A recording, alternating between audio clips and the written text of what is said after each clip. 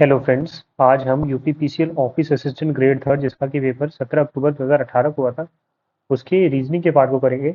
इससे पहले मैंने रीजनिंग के 23 क्वेश्चन कराए थे, 23 या 24, और आज हम जो बाकी 20-22 क्वेश्चन बचे हैं उसे करेंगे, बेसिक क्वेश्चन। और आपको वीडियो के डिस्क्रिप्शन में रीजनिंग के, कंप्यूटर के, इंग्लिश के और जीके के सोल्यूशन इसी पेपर के मिल जाएंगे। साथ ही साथ मैं ये पेपर है उसका पीडीएफ भी इस वीडियो के साथ लिंक कर दूंगा। और कुछ हमारे मित्र हैं, उन्होंने पूछा था, मतलब जिन्होंने कमेंट करके कहा था कि एआरओ का 2018 का पेपर भी अपलोड करने के लिए कहा था। मैं प्रयास कर रहा हूँ कि मुझे वो पेपर मिल जाए तो मैं उसका भी सोल्यूशन प्लस उसका पीडीएफ अपडेट कर दूंगा। तो चलिए शुरू करते हैं। तो क्वेश्चन नंबर 23 हम कर चुके थे लास्ट वीडियो में। अब 24 से शुरू करते हैं। देखिए 24 में क्या रहा है कि अगला फिगर क्या आएगा यहाँ पे, तो आप समझिए। इसमें सबसे पहले तो अगर हम एक मीन लाइन ले लें यहाँ पे, और ऐसे सारे ही फिगर्स में अगर आप देखें, अगर हम एक ऐसी लाइन्स ले लें तो ये आपके लिए समझना ईजी हो जाएगा उस तरह फिर। तो आप देख सकते हैं पहले ही यहाँ था और उसके बाद अगले वाले में सीधे यहाँ आ गया, मतलब कि ज़ीरो गैप्स। और अब अगले वाले में देखेंगे आप तो यहाँ ना आके यहाँ आया तो ये वन गैप हो जाएगा। फिर अगले वाले में आप देखेंगे तो यहाँ पे था इस वाले में, ये भी छूट गया, ये भी छूट गया, यहाँ आया, माने टू गैप्स हो गए। इसके बाद अगर आप देखें तो ये one two three, three gaps के बाद यहाँ पे आ गया। तो इसका मतलब जो नेक्स्ट फिगर होगा उसमें एक दो तीन चार, मतलब यहाँ पे आपका इमेज बनेगा, और वो आप ऑप्शन नंबर वन में देख सकते हैं। तो इसमें गैप्स आ रहे हैं, पहले बार जीरो गैप, सेकंड पहली फिगर में जीरो गैप, पहले से सेकंड फिगर में, सेकंड से थर्ड फिगर में वन गैप, थर्ड से फोर्थ फिगर में टू गैप, और फोर्थ से फिफ्थ फिगर में थ्री गैप्स, उसके बाद वाले में फोर गैप्स। तो इसलिए ऑप्शन नंबर वन हमारा सही हो जाएगा। क्वेश्चन नेक्स्ट करते हैं। इसमें देखिए ये एवरेज वाला क्वेश्चन आ गया, ये अच्छा क्वेश्चन है। तो ये क्वेश्चन कह रहा है the average of first five numbers is 112, the average of the first two number is 71, the third number is 152 and the ratio of the fourth and fifth number is this. If the average of the first and the last number is this, what is the first number? मतलब इसमें कुल मिला के first number पूछ रहा है। तो चलिए सॉल्व करते हैं इसे। पहले कह रहा है एवरेज ऑफ फाइव नंबर्स, तो ये है 112। तो टोटल हो जाएगा हमारा कितना, 112 गुणा 5, मतलब कि 560। इसके बाद अगला लाइन कह रहा था average of the first two number is 71, average of first and second number ये है 71। तो इनका टोटल हो जाएगा कितना, आपको पता है एवरेज का टोटल निकालने के लिए एवरेज गुणा नंबर कर लेते हैं। तो ये हो जाएगा 142, मतलब 71 से अगर आपने इंटू टू किया तो 142 आ जाएगा। फिर कह रहा है थर्ड नंबर दिया हुआ है हमारे पास, थर्ड नंबर जो है 152 है ऑलरेडी, और फिर दिया हुआ है रेशियो ऑफ फोर्थ और फिफ्थ। तो हमें देखिए अब यहाँ पे आपके पास, इधर पे आपके पास पहला और दूसरा नंबर आ गया, फर्स्ट एंड सेकेंड। यहाँ पे आ गया आपके पास थर्ड नंबर, सॉरी यहाँ पे आपके पास आ गया वन से लेके फाइव तक नंबर का टोटल, और यहाँ पे आ गया आपके पास फर्स्ट एंड सेकेंड नंबर, यहाँ पे आ गया आपके पास थर्ड नंबर। तो क्या आप फोर्थ और फिफ्थ नंबर का टोटल निकाल सकते हैं? बिल्कुल निकाल सकते हैं।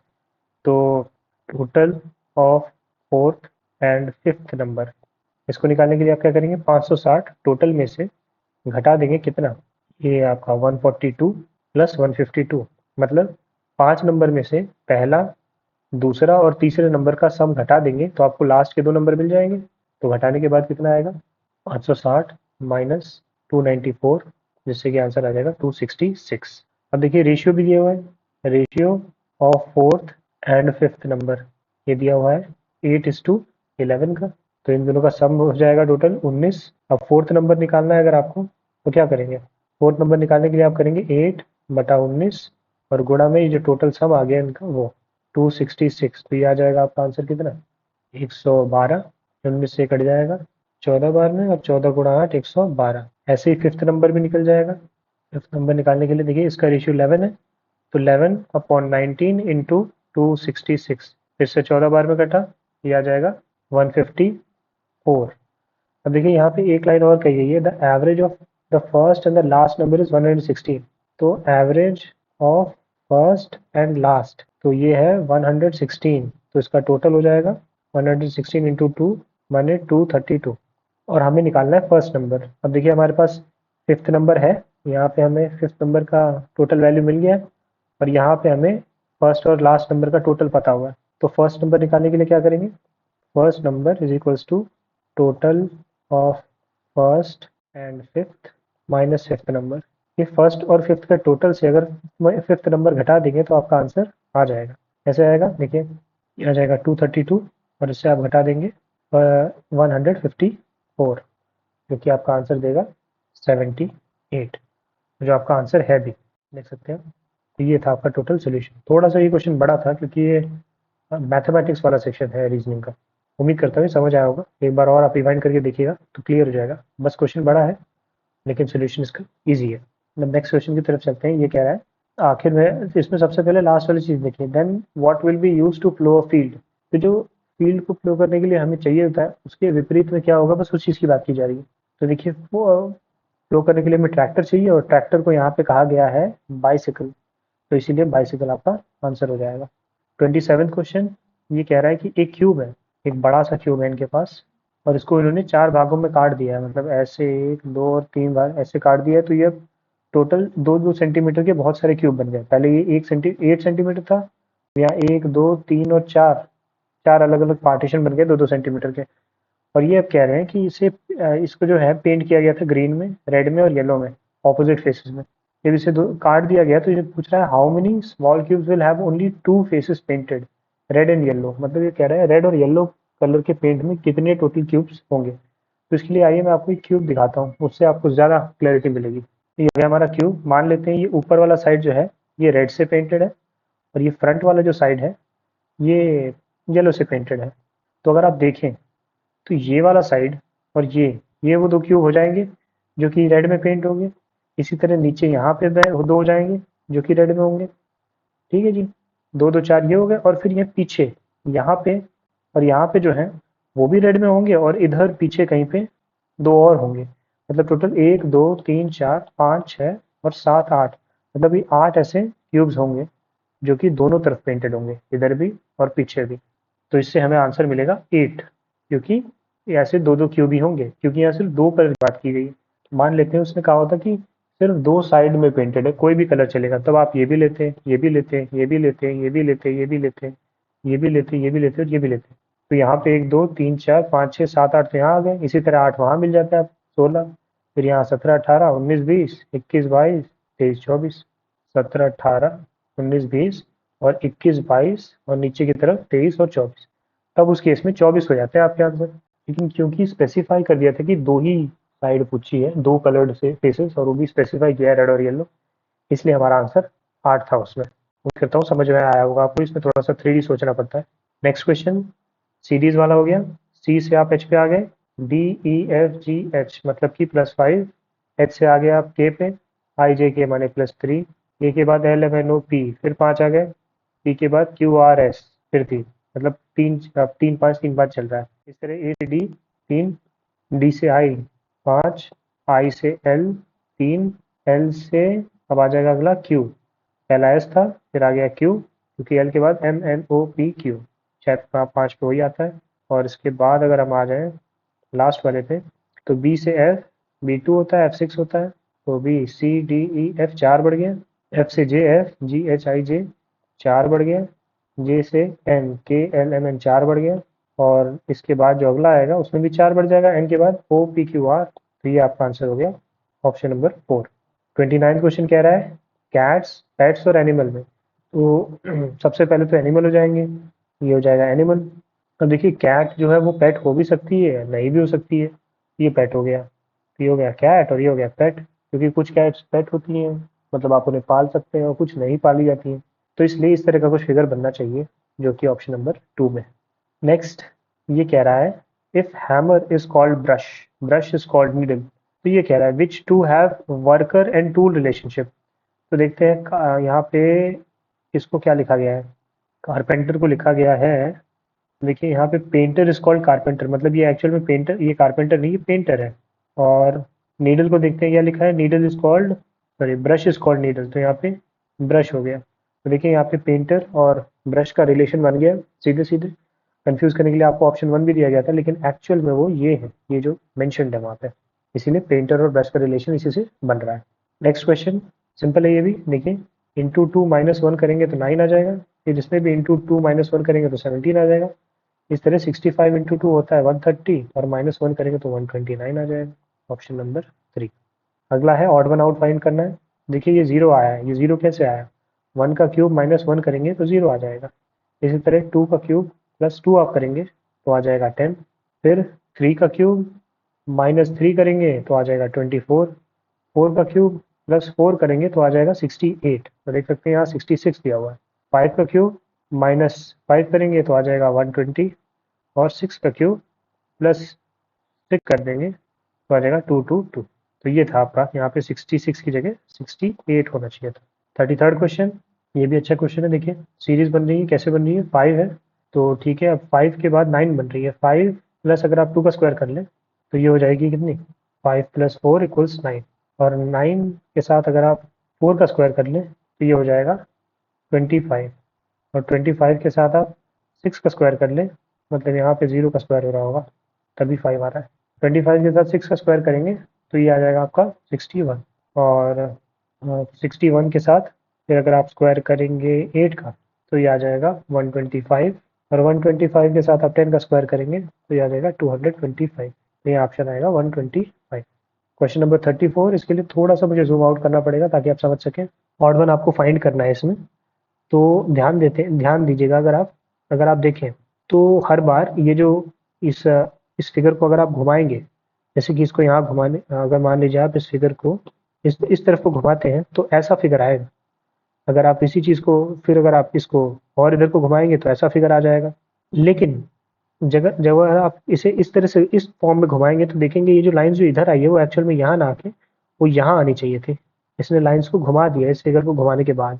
जैसे कि लेट सपोज इस वाली फिगर को ही मान लेते हैं, तो अगर मैं इस फिगर को, यहाँ पे डॉट है तो डॉट फिर पहले इधर जाएगा और फिर डॉट इधर को आ जाएगा नीचे को। तो जब आप नीचे को लेके आएंगे इस फिगर को ऐसे, और यहाँ पे आपका ये बल्ब रहेगा, यहाँ पे सर्कल रहेगा, यहाँ पे ये वो लाइन रहेगी, तो देखेंगे आप ये जो है वो यहाँ पहुँच जाएगा इस तरफ एग्जैक्टली इधर को। इसीलिए हमारा ऑप्शन ये है जो गलत है, बाकी सब सही है।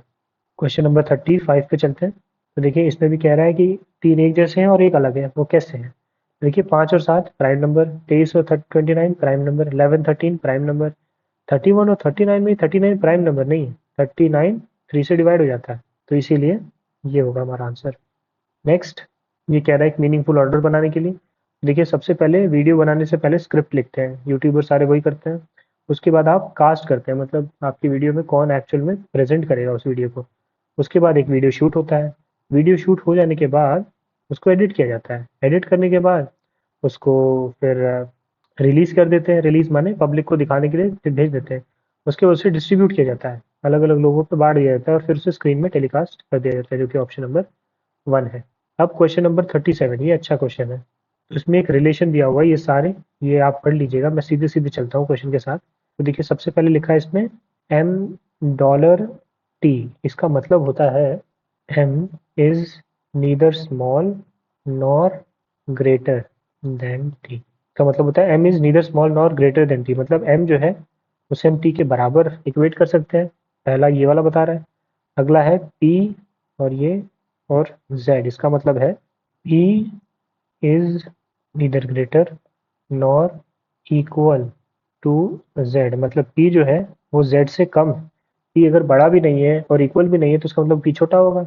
अगले ये भी हो गया। अब इसको देखते हैं, T#R, इसका मतलब होता है T is neither small nor equal to R, इसका मतलब हो गया T जो है वो R से बड़ा है। और इसके बाद जो लास्ट ऑप्शन कह रहा है Z@M, Z@M, इसका मतलब है Z is not smaller than M।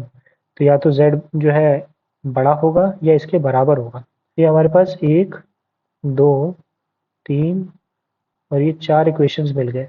अब ये कह रहा है M#P। तो देखते हैं M और P का रिलेशन कहाँ पे मिल पा रहा है हमें। वो हमें मिल पाएगा पहले में और तीसरे में। देखिए M#P कह रहा है तो ये हमें मिल पाएगा दूसरे और चौथे से। देख सकते हैं दूसरे में P और Z है और लास्ट में Z और M है। तो अगर हम इस वाले इक्वेशन को और इस वाले इक्वेशन को लें तो समझेंगे हम कि P जो है वो Z से छोटा है, Z जो है वो या तो बड़ा है M से या उसके बराबर है। देख सकते हैं आप P तो छोटा है Z से, तो इससे ये पता चलता है यहाँ पे ये जो इक्वेशन है ये क्या कह रहा है। यहाँ पर अगर हम इसे M से रिप्लेस कर दें, M is neither small than nor equal to P, तो ये देखिए ये फॉल्स आ रहा है क्योंकि m स्मॉल तो है नहीं, m बड़ा ही होगा, इसीलिए ये वाला ऑप्शन तो हो गया गलत। अब करते हैं दूसरा, ये है RCM। तो इसका इसके लिए RCM के लिए हमें क्या करना पड़ेगा? तो अगर आप RCM के लिए अगर आप देखें ऑप्शन नंबर फर्स्ट से अगर आप देखें तो यहाँ पे M और T का दिया हुआ है, और थर्ड का देखिए T और R का दिया हुआ है। तो इसे लिख लेते हैं। तो M is equals to T, और यहाँ T जो है वो R से बड़ा है। और यहाँ पे क्या कह रहा है? इसका मतलब होता है, अगर मान लीजिए यहाँ रिप्लेस कर लेते हैं हम, यहाँ पे लिख लेते हैं R और यहाँ लिख लेते हैं M। तो R is neither greater than nor equal to M। तो देखिए R ना ही बड़ा है ना इक्वल है M के, तो ये वाला सही है इस इक्वेशन के हिसाब से। और अब लास्ट वाला ऑप्शन अगर हम करके देखें तो लास्ट वाले ऑप्शन में कह रहा है Z हैश R, ये वाला हमारा सही था। Z हैश R, अब Z और R के लिए हमें देखना पड़ेगा तीन इक्वेशन को। इक्वेशन नंबर 4 जिसमें Z है, फिर इक्वेशन नंबर फर्स्ट जिसमें कि फिर से Z है और P है, और इक्वेशन नंबर थर्ड। इक्वेशन इसमें इसमें हमें देखना होगा इक्वेशन नंबर 4, फिर इक्वेशन नंबर फर्स्ट, देखिए Z M T और फिर T और R। तो from fourth, first and third हमें क्या रिलेशन मिल रहा है ये देखते हैं। ये काफ़ी ही बैंकिंग लेवल का टफ वाला रीजनिंग है, तो इसमें आप इस तरह के क्वेश्चन को पहले तो सीधे छोड़ दीजिए, बाद में आइए इन सारे क्वेश्चन पे। तो करते हैं।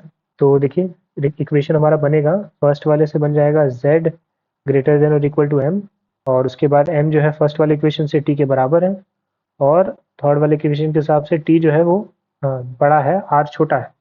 और इसमें कह रहा है Z हैश M, मतलब यहाँ Z मान लेते हैं और यहाँ M मान लेते हैं। तो Z is neither smaller than और इक्वल टू M। तो देखिए ये हमारा पहले ही फॉलो हो रहा है कि इक्वल भी नहीं है इसका मतलब। तो Z जो है या तो बड़ा है, बड़ा ही बड़ा है, इसका ये मतलब हो गया। और ये प्रूव भी कर रहा है क्योंकि हमारे इक्वेशन के हिसाब से या तो बराबर था या बड़ा था। तो इस वजह से ऑप्शन नंबर सेकंड और ऑप्शन नंबर फर्स्ट थर्ड ये दोनों सही होंगे, इसीलिए हमारा ऑप्शन नंबर 3 सही।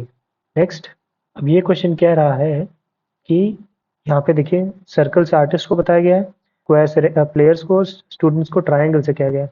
तो इसमें पूछ रहा है ये how many players are there, कितने ऐसे प्लेयर्स हैं, मतलब कि इसकी बात की जा रही है। कितने प्लेयर्स हैं who are not artist who are not students, मतलब इस वाले पार्ट को आपको हटा देना है शुरू में। तो who are not students and student but not artist, अच्छा इसको हटा नहीं सकते अभी फिलहाल। तो वो ये कह रहा है कि हु आर आर्टिस्ट, मतलब कितने प्लेयर्स आर्टिस्ट हैं।